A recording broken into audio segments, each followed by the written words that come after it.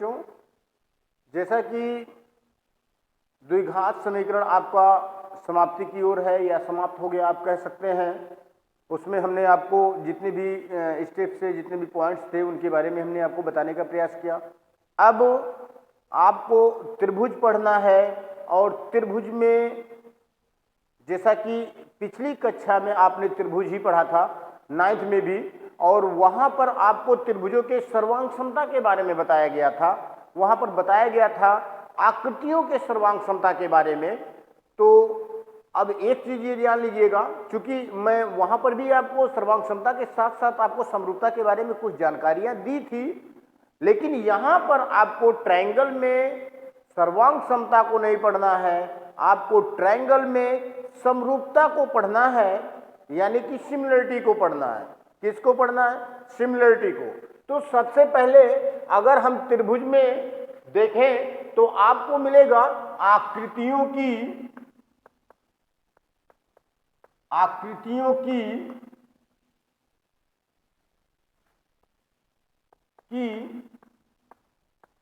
समरूपता, आकृतियों की समरूपता। अब देखिएगा, जब हम आकृतियों के समरूपता की बात करते हैं, हम आकृतियों के समरूपता के बारे में चर्चा करते हैं, तो एक चीज मैं आपको बता दूं कि जैसा कि आप लोगों ने पिछली कक्षाओं में पढ़ा है कि दो आकृतियां कब सर्वांग सम होती हैं, इसके बारे में आप लोगों ने पिछली कक्षा में पढ़ा है। और जैसा कि एक बार रिपीट कर दें, एक बार बता दें आपको कि यदि दो आकृतियों का आकार और प्रकार, यदि दो आकृतियों का आकार और प्रकार यानी शेप और साइज दोनों इक्वल है, तो दोनों सर्वांग सम कहलाते हैं। जैसे आप कह लीजिए कि यदि ताजमहल है, ताजमहल आप धरती पर धरातल पर अगर जाके देखें तो आपको बहुत बड़ा दिखेगा, लेकिन अगर उसका कोई क्लोन आप लेके आए, चित्र आप लेके आए, तो वह भी ताजमहल का ही चित्र होगा, बस इतना ही होगा कि वह साइज में छोटा होगा। समझ रहे हैं? तो जैसे घर पर ताजमहल का क्लोन लोग लेके आते हैं, छोटे छोटे शीशों में पैक रहते हैं, और अगर आप देखें तो वो हूबहू उस धरातल पर जो बना हुआ असली ताजमहल है उसी के जैसा होता है, लेकिन उसका जो साइज है वह बहुत छोटा है हकीकत के ताजमहल से। तो यहां पर देखिएगा, यहां पर बात हम साइज की नहीं करेंगे, यहां हम बात करेंगे शेप की, उसके आकार की बात करेंगे। और निश्चित मान लीजिए यदि दो आकृतियों का आकार सेम है, यदि दो आकृतियों का आकार सेम है तो वे समरूप कहलाते हैं। ध्यान दीजिएगा, यह एक वर्ग है जिसकी भुजाओं को हमने ए से रिप्रेजेंट किया है, और यदि हम एक दूसरा वर्ग बना दें और इसकी भुजाओं को हम बी से रिप्रेजेंट कर दें, तब देखिएगा इनका जो आकार है वह छोटा बड़ा है, इनका आकार जो है वह छोटा बड़ा है। लेकिन अगर हम इनके शेप की बात करें, इनके स्वरूप की बात करें, तो यह भी एक वर्ग है, अतः आप कह सकते हैं कि ये दोनों वर्ग जो हैं वह समरूप हैं, दोनों वर्ग जो है वह समरूप है। वहीं अगर हम सर्वांग समता की बात करते, तो सर्वांग समता में हमने आपको बताया कि साइज और शेप दोनों सेम होना चाहिए। अगर मान लीजिए एक वर्ग है ए भुजा का और दूसरा भी वर्ग ए भुजा का है, प्रत्येक कोण 90 दिया हुआ है, तो देखिएगा ये दोनों वर्ग जो होंगे ये सर्वांग सम होंगे, क्योंकि इनका शेप और साइज दोनों सेम है, लेकिन अगर हम इस बड़े वाले वर्ग की बात करें, छोटे वाले वर्ग से, किसी भी छोटे वाले वर्ग से अगर हम बात करें तो ये सर्वांगसम नहीं होगा। ये क्या होगा? ये समरूप होगा। क्या होगा? समरूप होगा। आगे देखिएगा, हमने आपको बताया कि आकृतियों की समरूपता, दो आकृतियां समरूप होती हैं, दो आकृतियां समरूप होती हैं यदि उनका सेम शेप हो, सेम शेप हो, साइज की बात नहीं हो रही है, सिर्फ और सिर्फ आकार की बात हो रही है, उनका आकार सेम हो। आप ऐसे कई एग्जाम्पल देखेंगे, जैसे मान लीजिए आपके घर पर आपका ही दो फोटो बनवा के आता है फ्रेम में, आपके घर पर दो फोटो आपका ही फ्रेम में बन के आता है। क्योंकि दोनों फोटो आपका ही है, दोनों फोटो आपका ही है, तो फोटो में तो कोई परिवर्तन नहीं है। लेकिन अगर हम इनके साइज की बात करें, अगर हम इनके साइज की बात करें तो एक बड़ा है और दूसरा छोटा है। लेकिन अगर हम इनके शेप की बात करें तो शेप सेम है, क्योंकि दोनों एक ही बच्चे का, आपका ही फिगर है। तो यहां पर ये दोनों चित्र जो होंगे वे समरूप होंगे। कैसे होंगे? समरूप होंगे।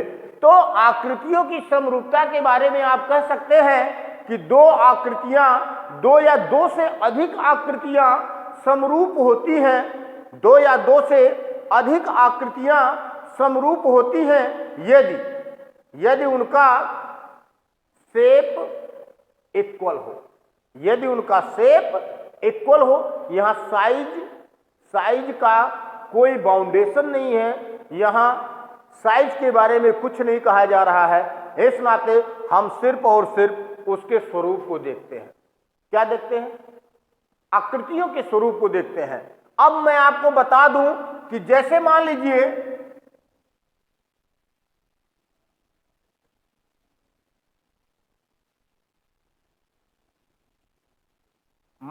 हम बात करते हैं वृत्त की।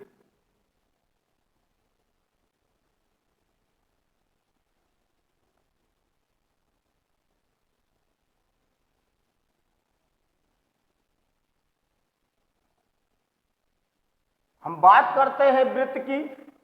देखिएगा, दो वृत्त सर्वांगसम होते हैं। दो वृत्त सर्वांगसम होते हैं कब? जब उनकी त्रिज्या जो है, जब उनका रेडियस इक्वल होता है तो दोनों त्रिभुज क्या होते हैं? सर्वांगसम होते हैं।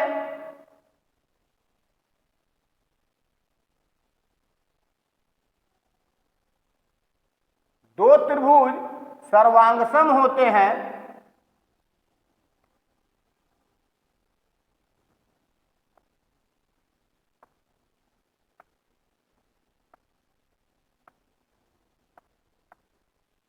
दो वृत्त की बात कर रहे हैं। दो वृत्त सर्वांगसम होते हैं जब उनकी त्रिज्याएं आपस में क्या हो? बराबर हो। लेकिन यदि त्रिज्याएं बराबर नहीं है, यदि दो या दो से अधिक वृत्त दिए गए हैं, यदि उनकी त्रिज्याएं आपस में बराबर नहीं है, तो देखिएगा इनका जो शेप है वह सेम है। शेप जो है वह सेम है। हमको साइज नहीं देखना है, छोटा है बड़ा है इससे कोई मतलब नहीं है। हमको सिर्फ और सिर्फ शेप देखना है, उसके आकार को देखना है। तो देखिएगा यह भी वृत्त है बड़ा वाला, ये छोटा वाला भी वृत्त है, यह भी वृत्त है। अतः ये सभी वृत्त जो होंगे वे समरूप होंगे, क्योंकि इनका रूप एक जैसा है। लेकिन ये सर्वांगसम नहीं होंगे, ये सर्वांगसम नहीं होंगे, क्योंकि इनकी त्रिज्याएं अलग अलग है। अगर हम बात इस वृत्त की करें तो इस वृत्त की त्रिज्या r है। यहां पर देखिएगा जो बड़े वृत्त के बीच में छोटा वाला वृत्त बना है, इसकी भी त्रिज्या को हमने r लिया है। तो यहां पर देखिएगा इन दोनों वृत्तों की त्रिज्याएं समान है, दोनों वृत्तों की त्रिज्याएं समान है, अतः ये दोनों वृत्त सर्वांगसम भी होंगे, सर्वांगसम होंगे और समरूप भी होंगे। तो एक चीज यहां स्पष्ट होता है कि जितनी भी सर्वांगसम आकृतियां होती हैं, जितनी भी सर्वांगसम आकृतियां होती हैं वे समरूप भी होती हैं। जितनी भी सर्वांगसम आकृतियां होती हैं वे समरूप भी होती हैं। लेकिन हम ये नहीं कह सकते हैं कि जितने भी समरूप आकृतियां हैं वे सर्वांगसम भी होते हैं। इसके बारे में हम कुछ नहीं कह सकते, क्योंकि समरूपता में सिर्फ और सिर्फ शेप की बात होती है। लेकिन अगर हम सर्वांग समता की बात करें तो उसमें शेप और साइज यानी आकार और प्रकार दोनों की बात होती है। तो ये तो बात थी आकृतियों के समरूपता की, ये तो बात थी आकृतियों के समरूपता की। आगे देखिएगा, चूंकि चैप्टर का नाम ही त्रिभुज है तो हम चर्चा त्रिभुज पर करेंगे। इसमें देखिएगा एक चीज आपके समझ में आएगा कि इसमें आपका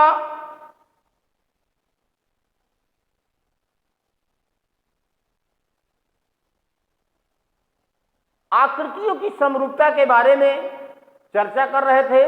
अब एक चीज मैं आपको बता दूं, यदि हम बहुभुज की बात करें, बहुभुज की बात करें, अब बहुभुज में चाहे त्रिभुज हो, चाहे चतुर्भुज हो, पंचभुज हो, षष्ठभुज हो, इससे कोई फर्क नहीं पड़ता है कितने भुज हैं, बस इतना ध्यान दीजिएगा कि 2 से अधिक होने चाहिए, 2 से अधिक होने चाहिए।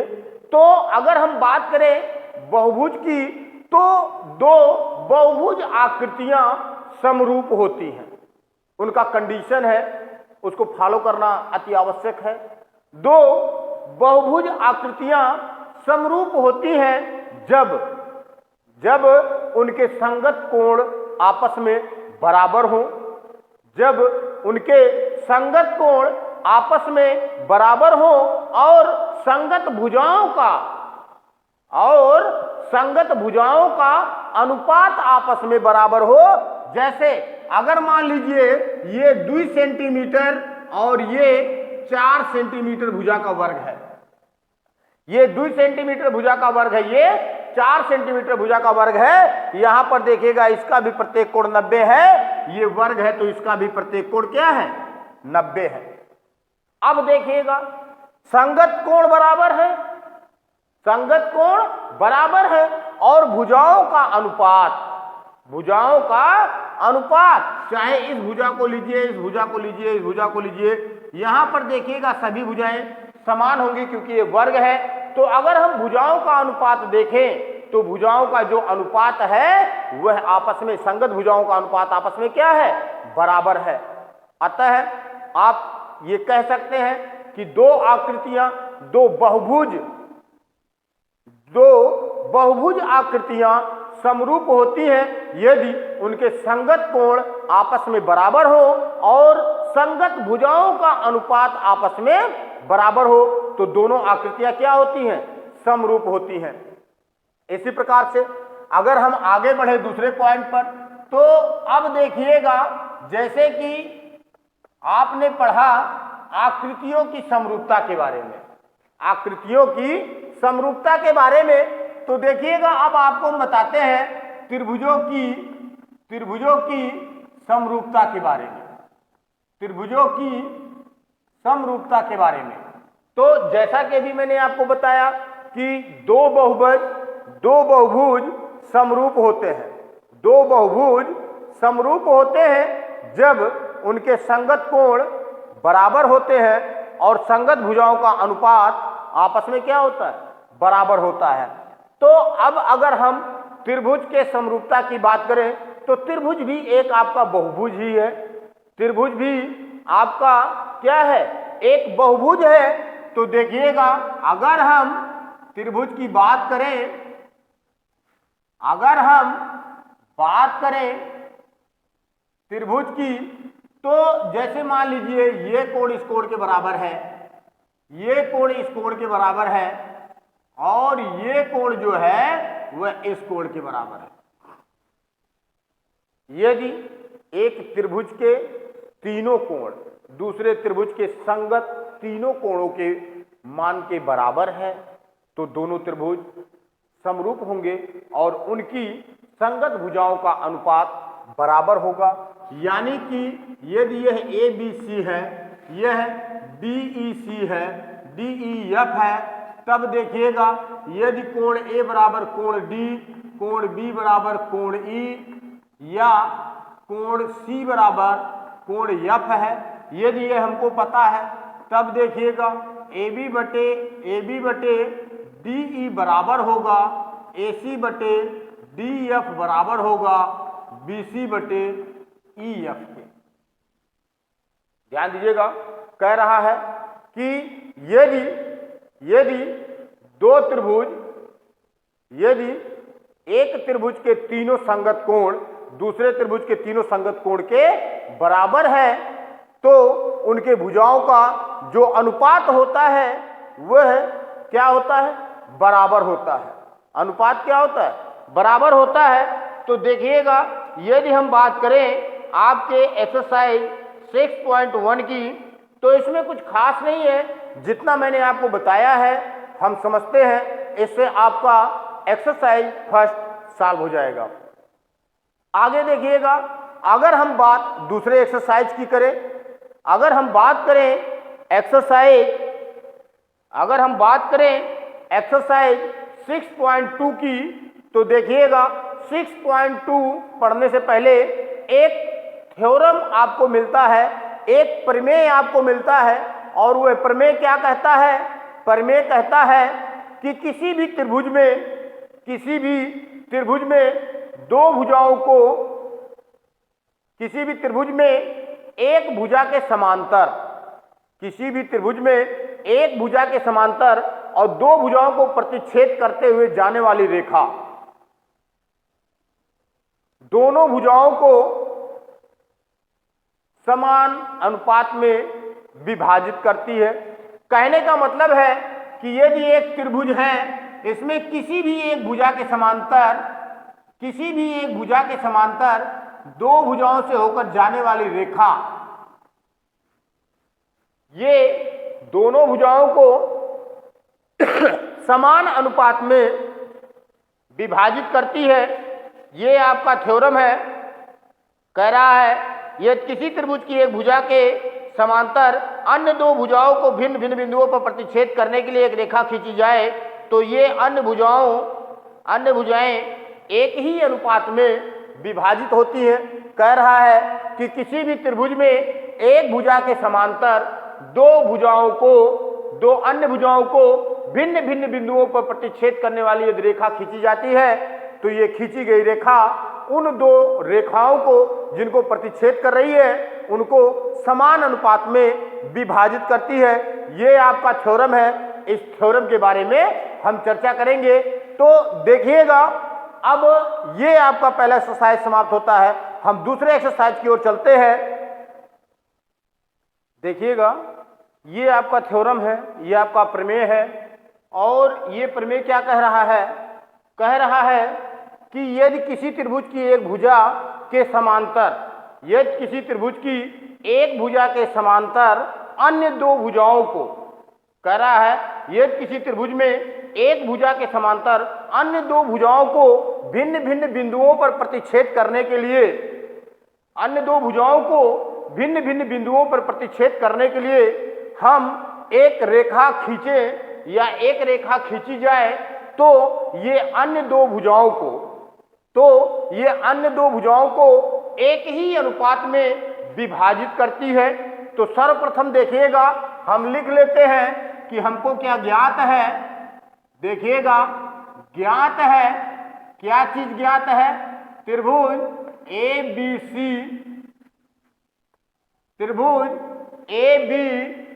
में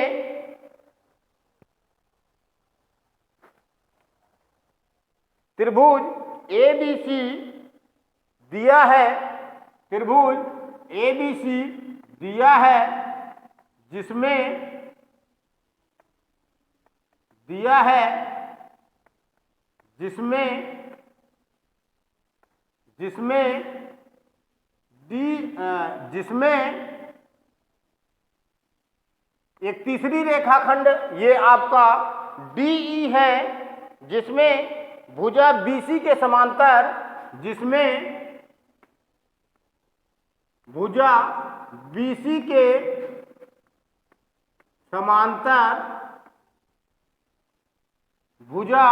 BC के समांतर DE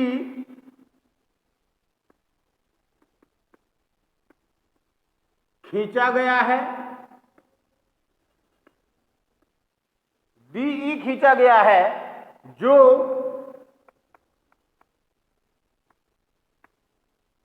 भुजा AB को बिंदु D तथा भुजा AC को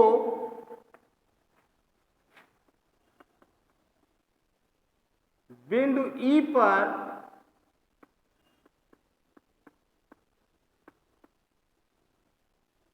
प्रतिच्छेद करता है।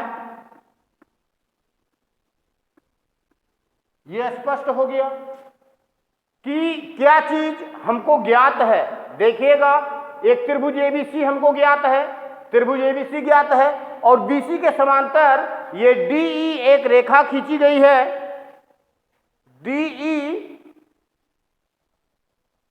BC के समांतर DE रेखा खींची गई है, जो भुजा AB को बिंदु D पर और भुजा AC को बिंदु E पर प्रतिच्छेद करता है।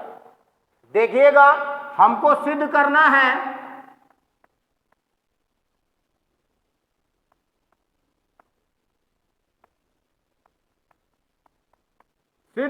है AD by AB is equal to AE by AC। AD by AB is equal to AE by AC, ये हमको सिद्ध करना है।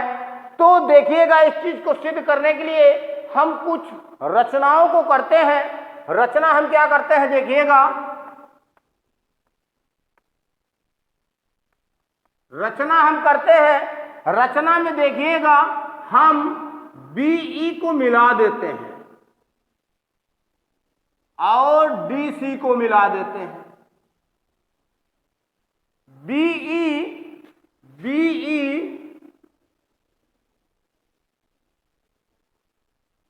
BE और DC को हम क्या करते हैं, मिला देते हैं। और एक चीज देखिएगा, हम त्रिभुज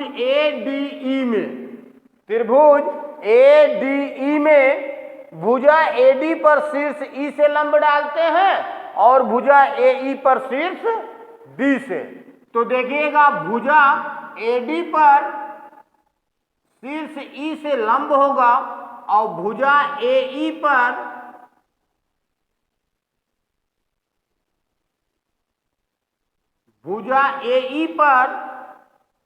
शीर्ष लंब शीर्ष D से एक लंब डाला गया है। तो इसको भी आप किसी बिंदु का नाम दे सकते हैं। मान लीजिए कि यह N है और यह M है। स्पष्ट हो गया। तो ये रचना किया गया है।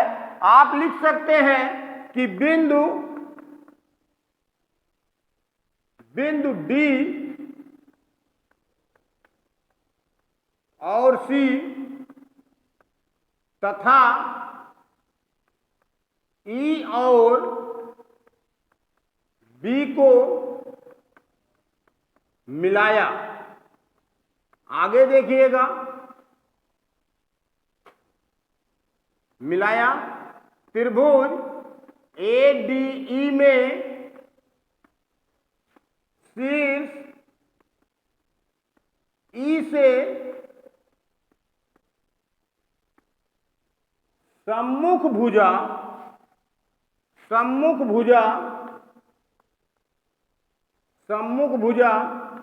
AD पर एडी लंब EN तथा AE लंब DM खींचा। ये तो क्लियर हो गया। अब ये आपका रचना भी हो गया। ठीक, अब रचना के बाद देखिएगा हम हल करना शुरू करते हैं। उपपत्ति देखिएगा, एक चीज मैं आपको बता दूं, एक चीज मैं आपको बता दूं कि किसी भी त्रिभुज में देखिएगा दो समांतर रेखाओं के बीच एक ही आधार पर बनाए गए सभी त्रिभुजों के क्षेत्रफल आपस में बराबर होते हैं। तो यहां पर देखिएगा ये समांतर रेखा DE और BC के बीच में आधार DE पर त्रिभुज DBE और त्रिभुज ECD बनाया गया है। अतः दोनों त्रिभुजों का क्षेत्रफल आपस में क्या होगा? बराबर होगा। आप लिख सकते हैं चूंकि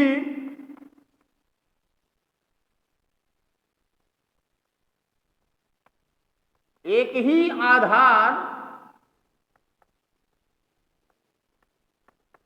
और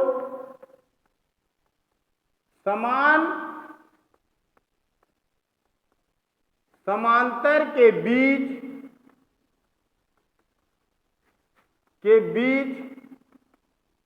बने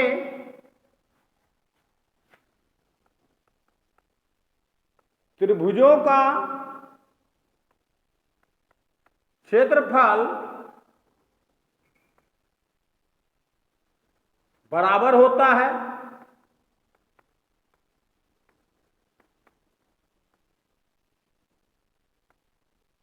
देखिएगा आप लिख सकते हैं अतः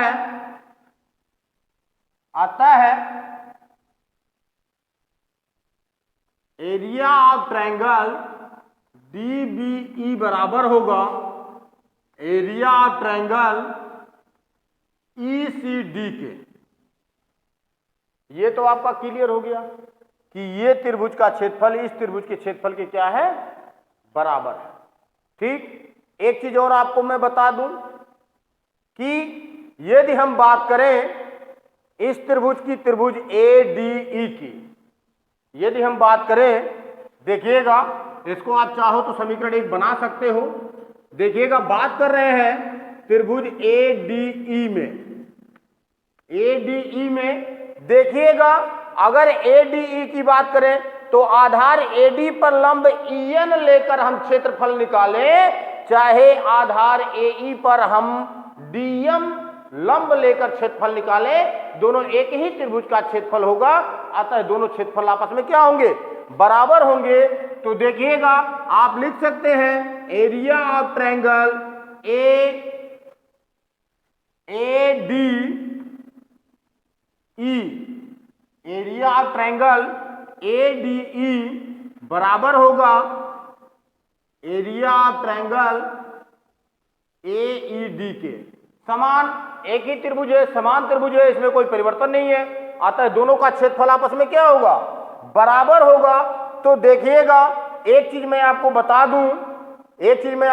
दूं कि यहां से आप इसको प्राप्त कर सकते हैं 1/2 गुणे आधार आपका होगा AD गुणे ऊंचाई आपका होगा NE कह लीजिए चाहे EN कह लीजिए। ठीक, ये बराबर होगा, इसका एरिया होगा 1/2 गुणे आधार इसका होगा AE गुणे लंब इसका होगा DM।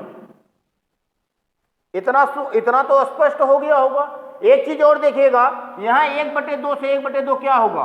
कट जाएगा। यहां पर आपको मिलेगा AD गुणे EN बराबर AE गुणे DM। ये चीज होगा। ठीक, एक चीज मैं आपको बता दूं कि अगर हम बात करें इस त्रिभुज के क्षेत्रफल की, त्रिभुज ABE के क्षेत्रफल की, त्रिभुज ABE ई के क्षेत्रफल की अगर हम बात करें तो देखिएगा त्रिभुज ए बी ई में, त्रिभुज ए बी ई में तो आप लिख सकते हैं area of triangle A B E बराबर 1/2 गुणे आधार होगा ए बी गुणे लंब होगा एन ई या ई एन, जो भी आप कह लें। ठीक, ये तो आपका हो गया। देखिएगा आप चाहे तो इसको आप समीकरण 2 बना लीजिए। यहां पर देखिएगा ये आपको मिलेगा और इसको आप चाहो तो समीकरण 3 बना सकते हैं। समीकरण 3 पुनः देखिएगा, हम त्रिभुज ए सी डी की बात करते हैं। त्रिभुज ए सी डी में देखिएगा,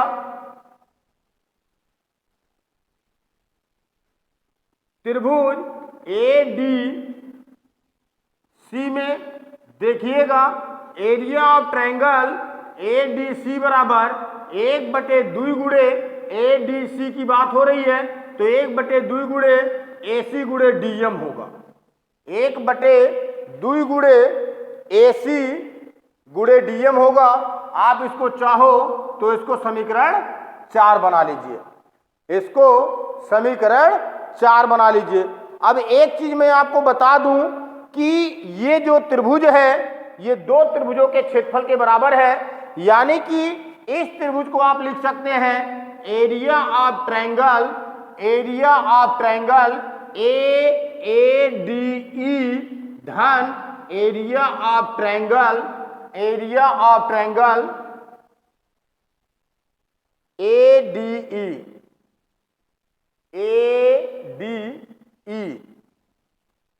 तो देखिएगा अगर हम बात करें ये त्रिभुज एबीसी की तो एबीसी ए बी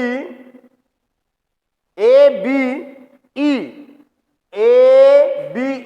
तो देखिएगा एक ये त्रिभुज और एक ये त्रिभुज, 2 त्रिभुज मिलकर इस बड़े वाले त्रिभुज को बना रहे हैं। तो इसको हम क्या करते हैं, इसको हम अलग अलग 2 त्रिभुजों में अगर चाहे तो विभक्त कर सकते हैं।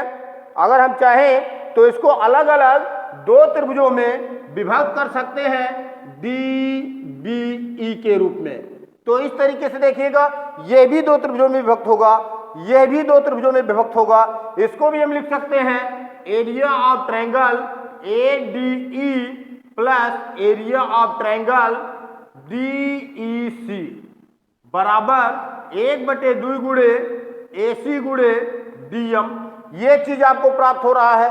अब चूंकि देखिएगा एक चीज यहां समझने की बात है, समीकरण 1 में देखिएगा ट्रायंगल डी बी ई बराबर area of triangle D B E बराबर area of triangle E C D होगा, डी बी ई बराबर ई सी डी होगा, समझ रहे हैं। और दूसरा चीज देखिएगा अगर हम बात करें समीकरण 2 की तो यहां पर देखिएगा area of triangle A D E बराबर area of triangle A E D है या सेम है। तो अगर हम इन दोनों का मान समीकरण 3 और 4 में रखें, अगर इन दोनों का मान हम समीकरण 3 और 4 में रखें तब देखिएगा क्या प्राप्त होगा हमको, तब हमको ये दोनों साइड क्या होंगे, इक्वल प्राप्त हो जाएंगे एरिया में। और एक चीज देखिएगा यदि हम area of triangle A B E यहां पर अगर हम समीकरण 1 और 2 से मान समीकरण 3 और 4 में रखते हैं, यदि हम समीकरण 1 और 2 से मान आप लिख सकते हैं कि समीकरण 1 और 2 से मान 3 और 4 में रखने पर तो देखिएगा जब मान रखेंगे तो ये दोनों आपस में क्या आ जाएंगे, बराबर आ जाएंगे। यानी कि ये प्राप्त होगा area of triangle A B E बराबर area of triangle A D C प्राप्त होगा। या आप लिख सकते हैं 1/2 गुणे ए बी गुणे ए बी गुणे ई एन बराबर ये होगा 1/2 गुणे ए सी गुणे डी एम। तो देखिएगा इसको हम बनाएंगे समीकरण 5। क्या बनाएंगे? समीकरण 5। तो अब देखिएगा हम क्या करते हैं, समीकरण 5 से समीकरण 2 में भाग देते हैं। समीकरण आप लिखेंगे समीकरण 5 से समीकरण 2 में भाग देने पर तो देखिएगा जब हम भाग देते हैं तब इधर के पक्ष का इधर के पक्ष वाले में भाग देंगे, उधर के पक्ष का उधर के पक्ष वाले में भाग देंगे। तो देखिएगा ये आपका समीकरण 2 जो है एरिया ऑफ ट्रायंगल इतना इतना बटे इतना, तो ये आपका हो जाएगा एरिया ऑफ ट्रायंगल ADE बटे ये हो जाएगा एरिया ऑफ ट्रायंगल ABE बराबर होगा एरिया ऑफ ट्रायंगल AED बटे एरिया ऑफ ट्रायंगल ADC। अब देखिएगा यदि हम इनका मान यहां रखें, यहां पर देखिएगा जगह थोड़ा कम है, देखिएगा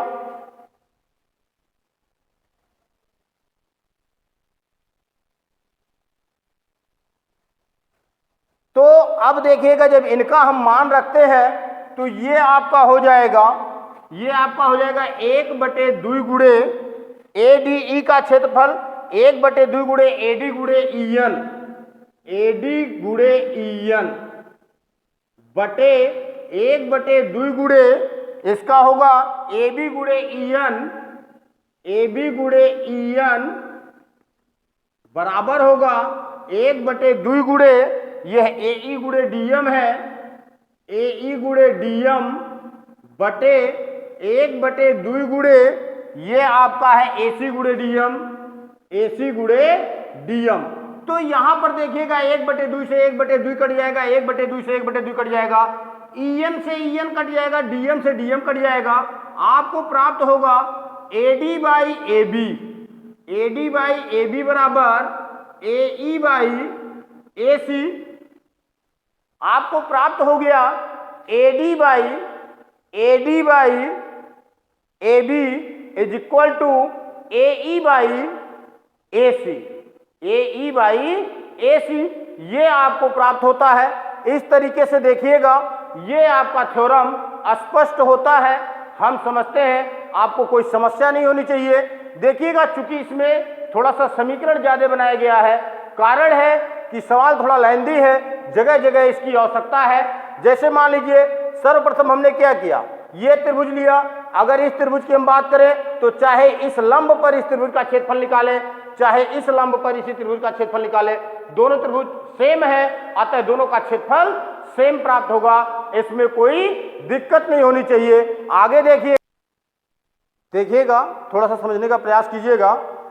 हमने सर्वप्रथम इन दोनों त्रिभुजों का क्षेत्रफल निकाला, इन दोनों का क्षेत्रफल जो हमको प्राप्त हुआ 1/2 गुणे AD गुणे EN बराबर 1/2 गुणे AE गुणे DM प्राप्त हुआ। यहां पर देखिएगा अगर हम चाहे तो 1/2 को काट सकते हैं, AD गुणे EN बराबर AE गुणे DM प्राप्त होगा। आगे देखिएगा अगर त्रिभुज ABE की बात करते हैं, त्रिभुज ABE की बात करते हैं, तो इसमें देखिएगा इस त्रिभुज का क्षेत्रफल धन इस त्रिभुज का क्षेत्रफल दोनों का मिला के बन रहा है, अतः इसको हम चाहे तो अलग अलग डिवाइड कर सकते हैं, इसको अलग अलग रख सकते हैं। तो देखिएगा अगर हम इसको अलग अलग रखते हैं तो इस त्रिभुज का क्षेत्रफल धन इस त्रिभुज का क्षेत्रफल, इस त्रिभुज का क्षेत्रफल धन इस त्रिभुज का क्षेत्रफल होगा। इस तरीके से देखिएगा ये आपका होगा 1/2 गुणे AB गुणे EN। त्रिभुज ABE का क्षेत्रफल आधार AB और ऊंचाई EN लिया गया। त्रिभुज ACD का क्षेत्रफल त्रिभुज ADC का क्षेत्रफल, इसमें देखिएगा आधार AC लिया गया, ऊंचाई DM लिया गया। चूंकि इस त्रिभुज का क्षेत्रफल इस त्रिभुज के क्षेत्रफल के बराबर है, इस त्रिभुज का क्षेत्रफल दोनों में जोड़ा गया है, अतः दोनों का क्षेत्रफल बराबर होगा। तो समीकरण इसको 4 बनाया गया है, इसको समीकरण 3 बनाया गया है। यहां पर देखिएगा लिखा गया है समीकरण 1 और 2 से मान समीकरण 3 और 4 में रखने पर, अगर 3 और 4 में हम समीकरण 1 और 2 से मान रखते हैं तो ये त्रिभुज का क्षेत्रफल इस त्रिभुज के क्षेत्रफल के बराबर है, इस त्रिभुज का क्षेत्रफल इस त्रिभुज के क्षेत्रफल के बराबर है। क्योंकि इन दोनों का योग इन दोनों के योग के बराबर होगा, अतः हम लिख सकते हैं एरिया ऑफ त्रिभुज ABE बराबर एरिया ऑफ त्रिभुज ADC। ये स्पष्ट हुआ। एरिया ऑफ त्रिभुज ABE को हम लिख सकते हैं AB गुणे 1/2 गुणे AB गुणे EN, और ADC को लिख सकते हैं 1/2 गुणे AC गुणे DM। ये समीकरण 5 बनाया गया। अब देखिएगा हमने क्या किया, समीकरण 5 से हमने समीकरण 2 को विभाजित कर दिया। इसको एरिया ऑफ ट्रायंगल ADE बराबर एरिया ऑफ ट्रायंगल AED को, तो देखिएगा जब हमने विभाजित किया एरिया ऑफ ट्रायंगल ADE बटे एरिया ऑफ ट्रायंगल ABE बराबर एरिया ऑफ ट्रायंगल AED बटे एरिया ऑफ ट्रायंगल ADC। तो यहां पर देखिएगा 1/2 गुणे AD गुणे EN बटे 1/2 गुणे AB गुणे EN, यहाँ EN से EN कट गया, 1/2 से 1/2 कट गया, इज इक्वल टू 1/2 गुणे EN 1/2 गुणे AE गुणे DM बटे 1/2 गुणे AC गुणे DM। ये आपको प्राप्त हुआ। देखिएगा 1/2 गुणे AD गुणे EN बटे 1/2 गुणे AB गुणे EN। यहां देखिएगा 1/2 से 1/2 कट गया, EN से EN कट गया, आपको मिला क्या AD बटे AB मिला। यहां पर देखिएगा 1/2 गुणे AE गुणे DM बटे 1/2 गुणे AC गुणे DM प्राप्त हुआ। यहां पर भी 1/2 से 1/2 कट गया, DM से DM कट गया, तो आपको मिला क्या AE बटे AC। तो इस तरीके से ये आपको प्राप्त हो गया AD बटे AB, AD बटे AB बराबर AE बटे AC। ये आपका थ्योरम सिद्ध होता है। ये कहता है, ये प्रमेय कह रहा है कि किसी भी त्रिभुज में एक भुजा के समांतर दो भुजाओं को भिन्न भिन्न बिंदुओं पर प्रतिच्छेद करने वाली रेखा दोनों भुजाओं को समान अनुपात में विभाजित करती है। तो ये आपका बिगिनिंग पॉइंट था। अभी हमने ट्रायंगल आपका शुरू किया है, आगे अब हम आपको ट्रायंगल में कुछ और रोचक तथ्यों के साथ अच्छे प्रश्नों के साथ उपस्थित होंगे आपके समक्ष, और आपको हम बताने का प्रयास करेंगे। एक चीज दिमाग में रखिएगा कि इस बोर्ड की एग्जाम में आपका ट्रायंगल से अच्छा खासा नंबर के प्रश्न पूछे जाने हैं, तो आप इस पर विशेष ध्यान दीजिए।